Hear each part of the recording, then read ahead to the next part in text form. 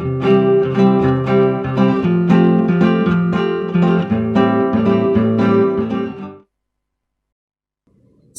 selamat pagi Bapak, Ibu, dan Saudara yang dikasihi Tuhan, para pendengar Radio Betani FM dimanapun Saudara berada.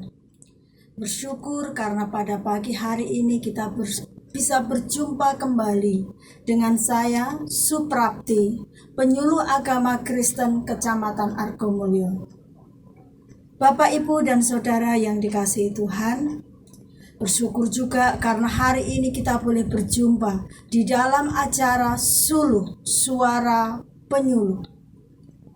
Sebelum kita lanjut dalam renungan kita pagi hari ini, mari kita mengawalinya dengan doa. Tuhan Yesus yang baik, kami bersyukur karena pagi hari ini kami boleh bertemu bersama-sama di dalam kasih Tuhan. Kami boleh dipersatukan melalui Radio Betani FM dalam acara Suluh Suara Suluh. Tuhan Yesus yang baik, kami mohon Tuhan di dalam kami merenungkan kebenaran firman-Mu pagi hari ini. Kami mohon Tuhan mengurapi kami, para pendengar Radio Betani FM dan hamba secara pribadi, agar firman-Mu pada pagi hari ini boleh menjadi rema bagi kami, boleh memberkati setiap kami. Terima kasih Tuhan, di dalam nama Tuhan Yesus Kristus kami sudah berdoa dan bersyukur. Haleluya, amin.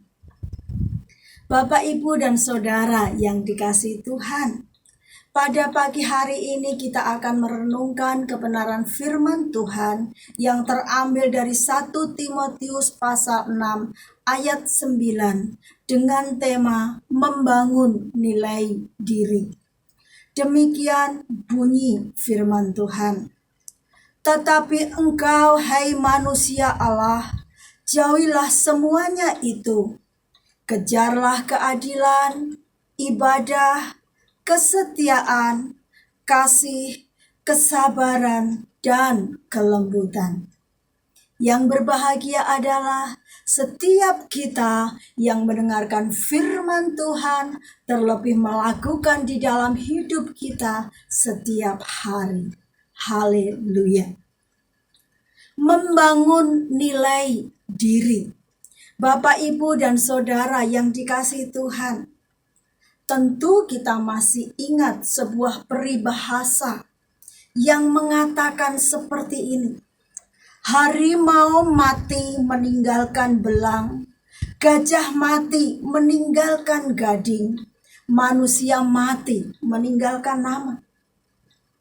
Harimau mati meninggalkan belang, gajah mati meninggalkan gading, dan manusia mati meninggalkan nama. Yang artinya adalah setiap orang yang sudah meninggal pasti akan dikenang sesuai dengan perbuatannya di dunia ini. Setiap orang yang meninggal pasti akan dikenang sesuai dengan perbuatannya semasa mereka hidup di dunia ini. Nah, Bapak, Ibu, dan Saudara yang dikasihi Tuhan, apa yang dimaksudkan dari peribahasa ini? Setiap orang, setiap manusia semasa hidupnya di dunia ini, entah mereka memiliki perbuatan baik atau perbuatan yang buruk, entah mereka hidup benar atau hidup penuh dosa, kehidupan mereka akan dikenang, akan diingat, bahkan terkadang bisa menjadi bahan perbincangan, bahan pembicaraan, bahan pergunjingan. Nah, Bapak, Ibu, dan Saudara, mungkin di antara kita sendiri juga sering pernah mendengarkan cerita tentang orang yang sudah meninggal. Misalnya seperti ini. Kalau Pak Joko semasa hidupnya itu orangnya baik sekali, orangnya ramah, suka berbagi, sehingga Walaupun dia sudah meninggal, orang-orang masyarakat sangat menghormati mereka. Orang-orang sangat menghargai, bahkan anak cucu yang sudah ditinggalkan pun sampai saat ini masih dihargai, masih disegani oleh banyak orang. Kemudian sebaliknya ada juga orang yang bercerita tentang hal buruk, tentang orang yang sudah meninggal. Contohnya, wah, itu loh Ibu Jenny, pas masa hidupnya dia itu suka berantem sama tetangga. Orangnya sombong, sok gaya, sok bikin ulah, sok bikin onar. Makanya sampai sekarang ini orang gak mau dekat-dekat. Ketika dia meninggal, sing layat mung sithik. Saat ini anak cucunya kasihan, nggak dianggap oleh masyarakat. Nah, dari cerita tadi Bapak, Ibu, dan Saudara yang dikasihi Tuhan, kita dapat melihat bahwa nama baik itu dapat menghadirkan pujian. Nama baik dapat menimbulkan atau menghadirkan sesuatu yang bisa membuat orang itu dihargai dalam masyarakat. Orang itu disegani, orang itu dipandang dengan baik, bahkan sampai akhir hidupnya, bahkan sampai tinggal anak cucunya pun bentuk penghargaan itu masih bisa sangat dirasakan. Sebaliknya ketika orang memiliki kehidupan yang kurang baik, kehidupan yang buruk, itu akan menghadirkan celaan, akan menghadirkan hinaan, bahkan sampai ke anak cucunya pun ikut menanggung akibatnya. Bagaimana penghinaan, celaan sehingga anak cucunya merasakan malu. Nah, jadi Bapak, Ibu, dan Saudara yang dikasihi Tuhan, dengan demikian maka sangat jelas sekali membangun nilai diri itu sangat penting bagi setiap umat manusia, terlebih bagi kita anak-anak Tuhan. Sangat penting bagi kita untuk membangun nilai diri. Nilai diri, nilai yang seperti apakah itu? Nilai diri yang dimaksud di sini adalah bahwa kita sebagai umat percaya, sebagai umat Kristiani, sudah seharusnya membangun nilai-nilai kekristenan di dalam hidup kita, di mana Kristus hidup dan tercermin melalui hidup kita, di dalam hidup kita. Jadi Bapak, Ibu, dan Saudara yang dikasihi Tuhan, Tuhan memanggil kita bukan hanya untuk diselamatkan, melainkan lebih daripada itu, kita sebagai umat percaya, umat milik Allah, kita sudah seharusnya memiliki kehidupan yang semakin hari semakin serupa dengan Kristus. Jadi, mau tidak mau, kita harus membangun nilai-nilai diri, nilai-nilai kekristenan yang didasarkan kepada kebenaran firman Allah. Nah, Bapak, Ibu, dan Saudara, membangun nilai diri itu bukan sesuatu yang instan yang bisa kita lakukan 1 hari atau 2 hari. Tetapi membangun nilai diri itu diperlukan sebuah proses yang dikerjakan secara terus-menerus. Membangun nilai diri adalah sebuah proses yang harus kita kerjakan secara kesinambungan. Proses seumur hidup. Proses yang membutuhkan waktu yang panjang sampai kepada akhir hayat hidup kita atau akhir hidup kita. Nah, Bapak, Ibu, dan Saudara yang dikasihi Tuhan, lalu nilai-nilai kekristenan, nilai-nilai diri yang harus kita bangun itu nilai-nilai yang seperti apa? Nilai-nilai yang bagaimana? Nah, Bapak, Ibu, dan Saudara yang dikasihi Tuhan, 1 Timotius 6 ayat 11 memuat dua perintah yang apabila kita lakukan, maka kita dapat membangun nilai-nilai diri dengan benar. Ada dua perintah yang pada waktu itu Rasul Paulus sampaikan kepada Timotius, muridnya yang masih muda, yang pada waktu itu menjadi orang kepercayaan Rasul Paulus, yang pada waktu itu sedang melayani jemaat di Efesus. Bapak, Ibu, dan Saudara, di dalam 1 Timotius pasal 6 ayat 11 tadi, saya akan bacakan sekali lagi. Tetapi hai engkau manusia Allah, jauhilah semua itu, kejarlah keadilan, dan seterusnya. Ada dua kata yang saling kontradiksi. Ada dua kata yang berlawanan. Ada dua kata yang bertentangan yang dinasihatkan Rasul Paulus kepada Timotius. Kata yang pertama adalah jauhilah semua itu. Jadi perintah yang pertama adalah jauhilah semua itu. Yang dimaksud adalah jauhilah kehidupan yang cemar. Jauhilah kehidupan yang tidak berkenan kepada Allah.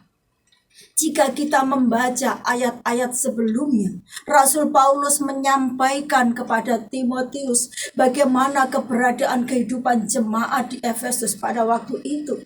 Di sana ada ajaran-ajaran sesat, ada guru-guru palsu, bahkan ada banyak orang yang mendewakan harta-harta duniawi, yang masih hidup dalam kedagingan walaupun mengaku sebagai orang percaya. Jadi Bapak, Ibu, dan Saudara, Rasul Paulus katakan jauhilah semua itu. Jauhilah semua yang cemar, jauhilah semua kejahatan, jauhilah cinta uang, jauhilah kehidupan yang mendewakan kedagingan, dan sebagainya, dan sebagainya.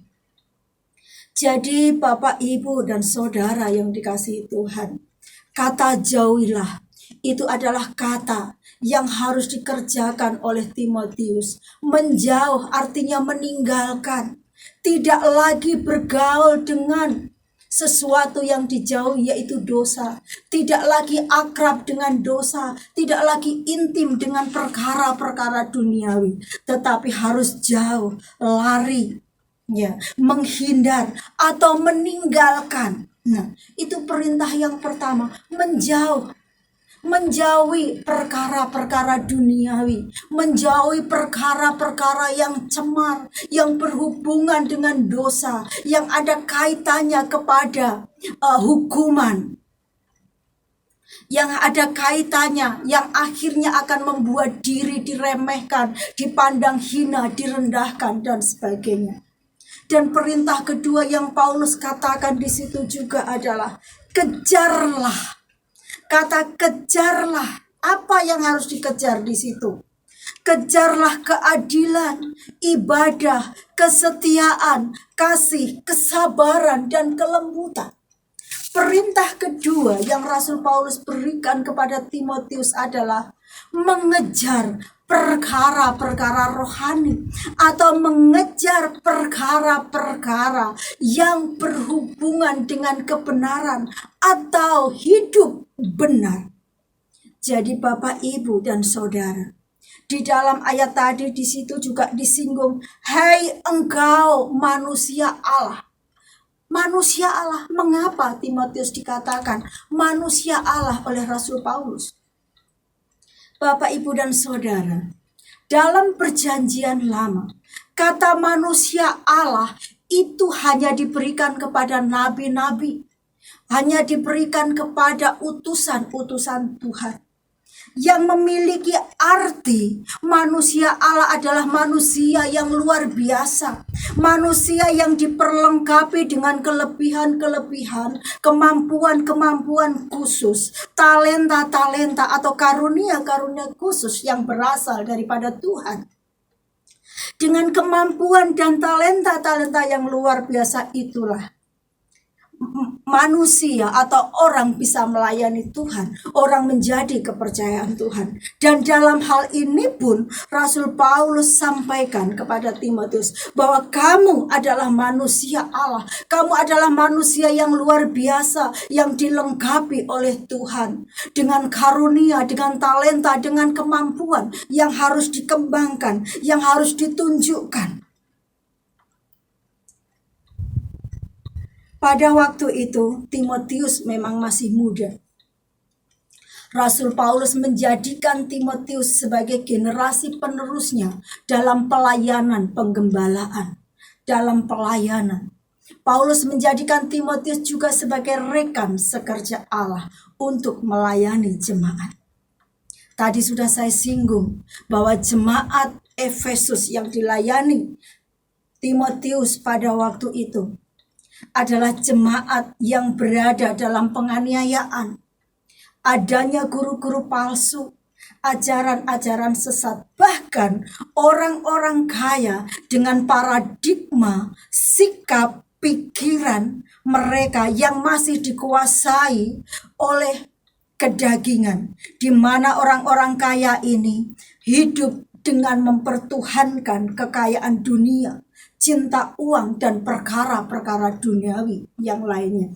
Nah, dalam situasi yang seperti inilah, dalam situasi yang sulit seperti ini, Rasul Paulus menghendaki dan menasehati Timotius agar tetap hidup di dalam kekudusan, agar tetap hidup benar di hadapan Tuhan, agar hidup mengandalkan Tuhan, tetap hidup dengan mengejar perkara-perkara rohani.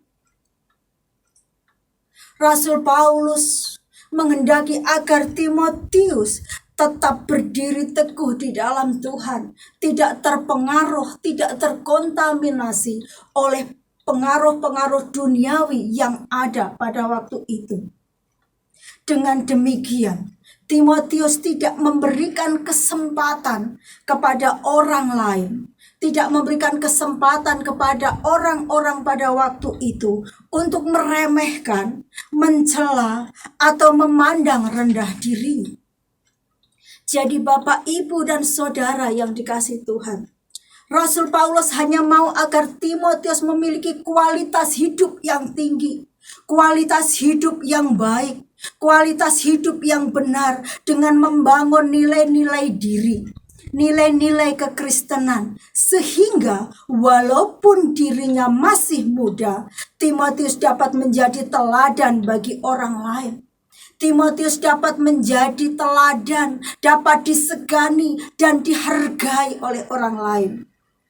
Dan dalam hal ini sangat jelas di dalam nasihat Paulus yang tertulis dalam 1 Timotius 4 ayat 12 yang demikian bunyinya.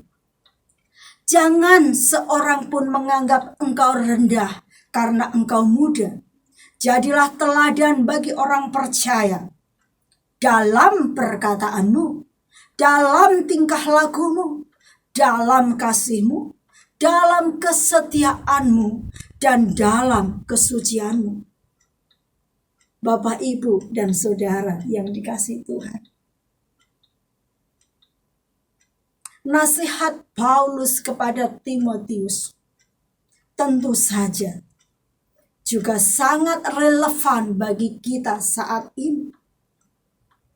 Jika kita terapkan dalam kehidupan kita saat ini, Rasul Paulus tidak hanya menasihati Timotius pada waktu itu, pada zaman itu, tetapi sesungguhnya ayat ini juga berlaku buat kita saat ini. Yang artinya bahwa kita sebagai orang percaya masa kini, sesungguhnya kita juga diperlengkapi oleh Tuhan dengan talenta, dengan karunia, dengan kemampuan-kemampuan yang luar biasa, dengan kelebihan-kelebihan, sehingga kita pun layak untuk disebut sebagai manusia Allah. Kita layak disebut sebagai gambar Allah. Oleh karena itu, bukan hanya Timotius yang perlu membangun nilai diri, tetapi kita orang percaya juga harus membangun nilai-nilai diri saat ini, Sehingga dengan demikian orang akan melihat kita menjadi orang-orang yang berkualitas, orang-orang yang layak untuk dihargai, orang-orang yang patut untuk dihormati.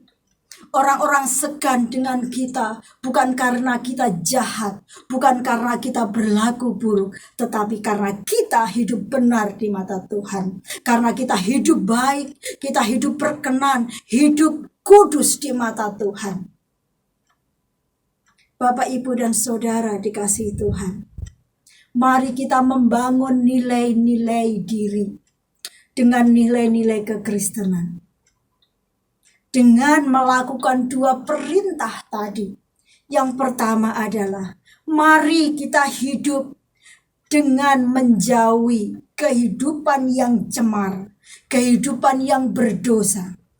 Dan yang kedua, mari kita mengejar perkara-perkara rohani, perkara-perkara kebenaran, agar hidup kita berkenan kepada Tuhan, tidak bercacat, tidak bercela, sehingga kita pun dapat menjadi teladan bagi orang lain dalam perkataan, dalam tingkah laku, dalam kasih, dalam kesetiaan, dan dalam kekudusan. Jangan beri kesempatan dunia memandang rendah, mencela dan merendahkan kita. Amin. Tuhan Yesus memberkati. Bapak, Ibu, dan Saudara yang dikasihi Tuhan, setelah kita mendengarkan renungan kebenaran firman Tuhan tadi, mari kita berdoa syafaat. Kita angkat pergumulan-pergumulan bangsa dan negara kita. Mari kita berdoa. Tuhan Yesus yang mengasihi kami bersyukur Tuhan atas kebenaran firman-Mu yang sangat indah. Walaupun hamba-Mu sudah berhenti berbicara, namun hamba memohon kepadamu Tuhan, agar firman-Mu ini tetap terngiang-ngiang, tetap termeterai di dalam setiap hati mereka yang telah mendengarkan. Bapa dalam surga, saat ini kami juga berdoa bagi bangsa dan negara kami, di mana kemelut bangsa ini, bencana bangsa ini, terkhusus bencana COVID-19 masih membelenggu bangsa kami, masih membelenggu kami Tuhan. Karena itu Bapa, kami mohon campur tangan-Mu. Tolong ulurkan tangan kasih-Mu Tuhan, segera lepaskan kami, bebaskan kami dari bencana ini. Pakailah ya Tuhan setiap para dokter yang saat ini mengobati pasien. Berkati mereka, berikan mereka kekuatan, kesehatan yang lebih. Para pasien yang ada, Tuhan tolong jamah sembuhkan mereka.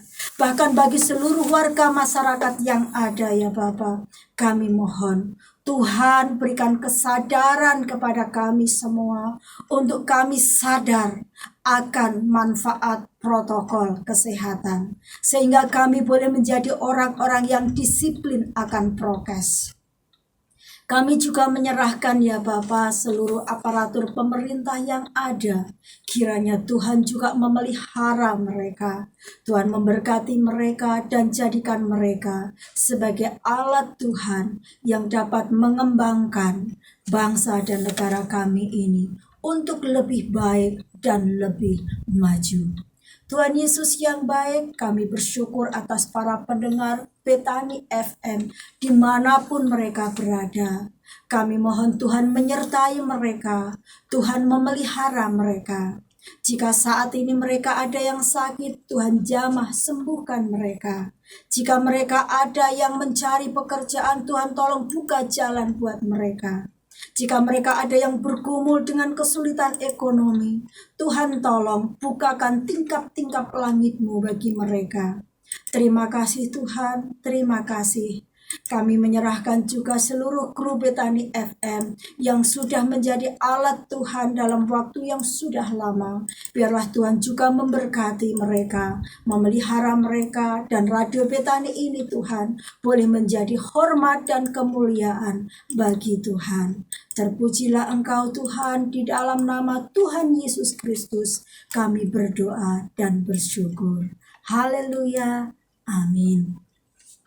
Bapak, Ibu, dan Saudara yang dikasihi Tuhan, walaupun sudah 1 tahun lebih, negara kita dilanda oleh bencana COVID-19, namun faktanya sampai saat ini bencana COVID-19 masih kita rasakan.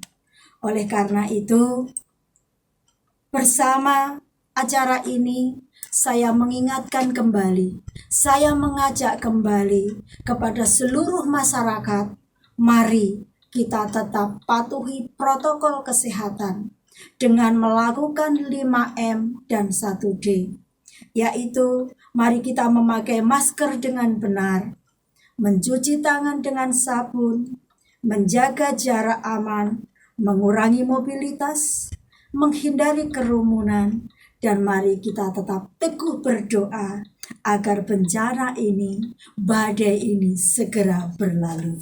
Terpujilah Tuhan. Sampai di sini jumpa kita, sampai bertemu kembali di lain kesempatan. Shalom.